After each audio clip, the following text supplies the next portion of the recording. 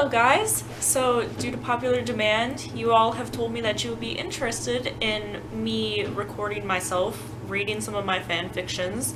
So I thought that I might as well give it a try. Today, as my first fic, I have decided to read my fic, Bluebells. It's basically just a really fluffy fic. It's my most recent one. The summary is Dan just really wants to put flowers in Phil's hair. And it is 2,498 words, and there are no warnings for this fic. Basically, I just decided to write this because I had this very pretty image of Phil with flowers in his hair for like 2 months straight, and I can't do art, so I decided to just write it instead. Alright, so here we go. There's a boy that makes Dan yearn to weave flowers into his hair every time he sees him. There is a boy with pale skin as white as snow, and pretty blue eyes the color of bluebells. He has hair like the night sky, and it sometimes glimmered in the light to form little galaxies. He wanted to thread baby's breath through those pretty raven locks until his hair matches the color of his eyes. It was an addiction, an anomaly, something that does not normally cross Dan's mind. Usually, he doesn't see someone and want to thread flowers through their hair. Usually, he doesn't think about flowers at all. But then he saw him, and he couldn't stop himself from going home and studying the names of flowers that reminded Dan of him. Hyacinths and marigolds and sweet peas and lavender, all melding into one to make the most beautiful man Dan had ever laid eyes on. He sat in front of Dan in philosophy, and he twirled his pen in his fingers as the professor rambled about existentialism. Occasionally, he would run a hand through his pretty black hair, and Dan would watch and wish it were his hands instead.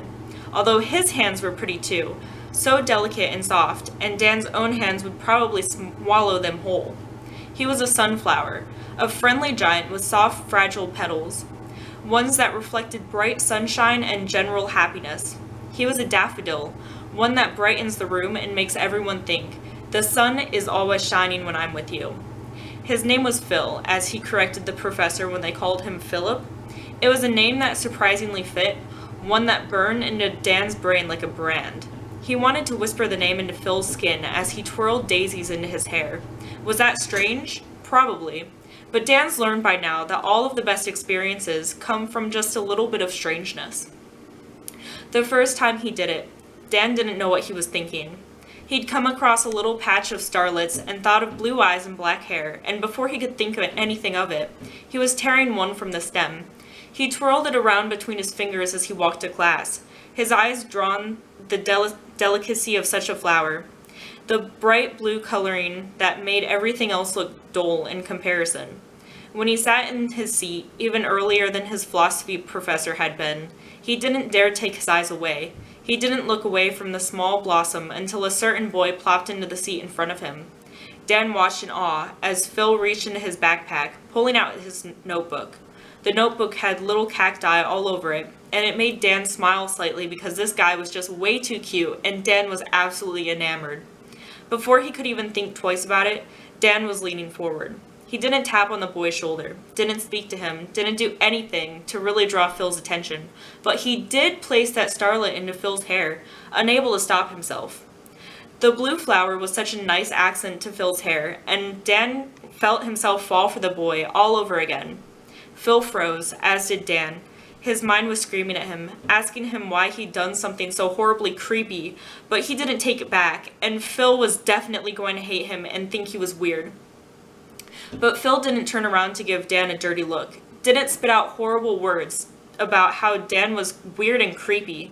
No, he only reached up with his hand and touched the petals with pale, slender fingers. Dan couldn't see the expression on Phil's face, but judging by the way Phil didn't remove the flower, instead just letting his hand drop to his desk, Dan reckoned he could assume that he wasn't too terribly upset about it. Phil kept the flower in his hair all throughout class. It elicited stares from other students, but that didn't make Phil take it out. It really did look nice in his hair too. Dan would weave 100 flowers through his hair if he had the chance to, just to see those bright petals against the silky black locks. When class was all finished, Dan watched in amazement as Phil packed his backpack and left, the bright blue flowers still tucked in his hair for the world to see. He just knew that he had to try it again another day. It became sort of a routine after that. Dan would pick various flowers each day before class. He would pick daisies and jasmines and violets and weave them through black hair. Phil would never say anything about it, but each time he would reach up and feel the smooth petals with his fingertips, and Dan would capture a small glimpse of a smile before they had to focus on the professor once more. He did it every day, and it was an absolute miracle that Phil hadn't said anything about it yet. That anyone hadn't said anything about it yet. Dan was being a little creep, was putting flowers into the hair of someone he barely knew, and then they would part ways, and Dan would be left with the image ingrained into his mind of a beautiful pale boy with dashes of color in his dark hair. He wanted to paint it, wanted to share with the world how truly and utterly ethereal Phil was, but alas, Dan was not a painter. He was just a man who studied philosophy and had too many thoughts that would never be brought to light. So he put flowers in the hair of pretty boys. He tried to analyze why the flower wasn't plucked out of existence by his victim, why Phil kept letting him do something so completely and utterly strange. He listened to the soft tone of Phil's voice whenever the professor called on him, and watched as Phil ran a hand through his hair, careful not to dismantle the blossoms Dan had carefully placed. The day that Dan didn't bring a flower to class was the day that he had been running horribly late. He woke up 30 minutes after his alarm had gone off and hadn't even had enough time to shower, much less straighten his hair. He cursed under his breath and got dressed in the first clothes he had seen, a very old high school jumper and some 2 ripped jeans, and practically ran out the door. When he saw patches of petunias, he didn't stop. When he saw a bush of marigold come into view, he didn't dare stop. He only stopped when he came to his classroom 10 minutes late and sat down in his designated desk behind Phil. He kept his head down for most of his lecture, both embarrassed that he was late and also embarrassed that he wasn't able to look very good that day. He didn't look at Phil because he knew that he would only be disappointed in himself, that he would be upset that he couldn't see bright pinks and yellows and blues against ebony like usual. His professor was talking about Plato, about something that Dan could probably cite in his sleep. He had taken far too much interest in philosophers over the years and had even been following a YouTube account that talked about every philosopher the world had to offer. Dan was too much of a nerd, but in instances where he couldn't possibly pay attention, he thanked his nerdiness. When class was finished at last, Dan was about to just bolt. He'd packed up his books as soon as the professor had finished speaking, and he slung his backpack over his shoulders. He wanted to get out of there as soon as he possibly could, so that he could get home and wipe the grime from his hair, wipe the sleep out of his eyes that hadn't yet seemed to disperse. But before he could, a certain beautiful boy stepped in front of him, made it impossible for Dan to leave. Dan gazed into those blue eyes, and he felt a part of him detach and leave his body because Phil was right in front of him, and he looked like he was about to actually speak. And speak he did. "Where's my flower today?" he asked in a soft and joking tone, accompanied with a smile. Everything about him was so soft that it nearly made Dan want to break down and cry. Phil was wearing dungarees over a pastel yellow shirt, and he had on black boots that tied in the front, and Dan noticed that one of the ties was undone. If Phil had asked, Dan would probably get on his knees and do his shoe back up, but for now he was shocked at the words that had come out of Phil's pretty pink mouth. "You what?" Dan asked, taken aback. He raised his eyebrows, and Phil didn't look annoyed. He looked rather amused. "My flower? You always put flowers in my hair, but you didn't today. Well, where is it, Howell?" To hear Phil speaking his name in such a light and sassy tone was everything Dan had thought he needed to hear.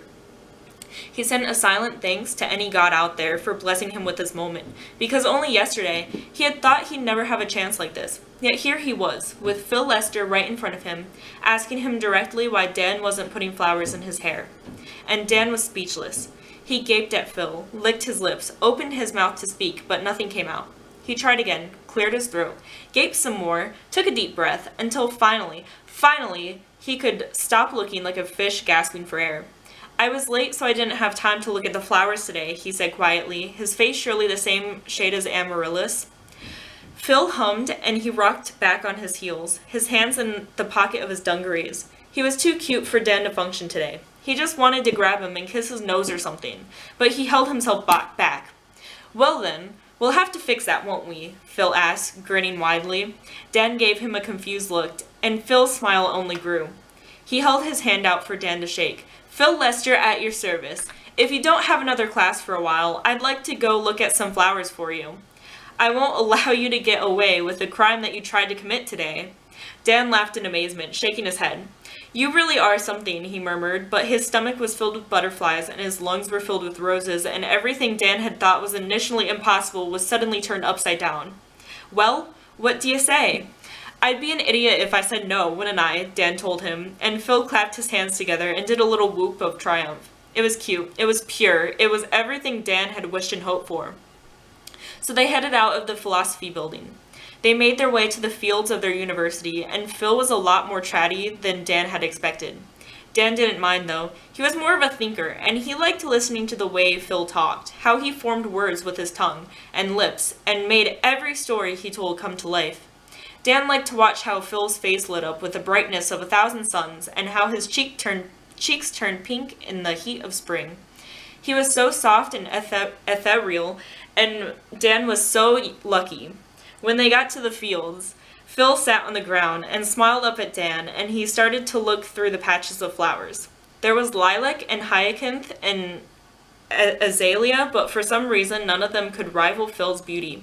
None of them popped out at Dan and screamed beautiful, because he already had the most exquisite specimen beside him, watching as he ran his fingers over the petals of various flowers. Dan ended up plucking a bluebell, because they had always reminded him of Phil's eyes, and Dan wanted to know if they were truly the same color as Phil's eyes, or if the flowers were much more vibrant.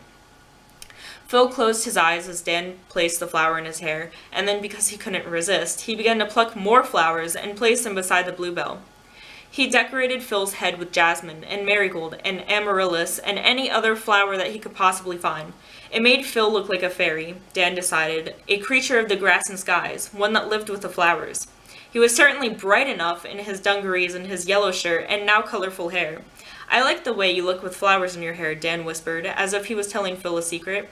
And it was kind of a secret, because he had kept this to himself for too long, and now he was able to tell Phil exactly what he was feeling. "But for some reason, I think the flowers aren't quite as beautiful as you are."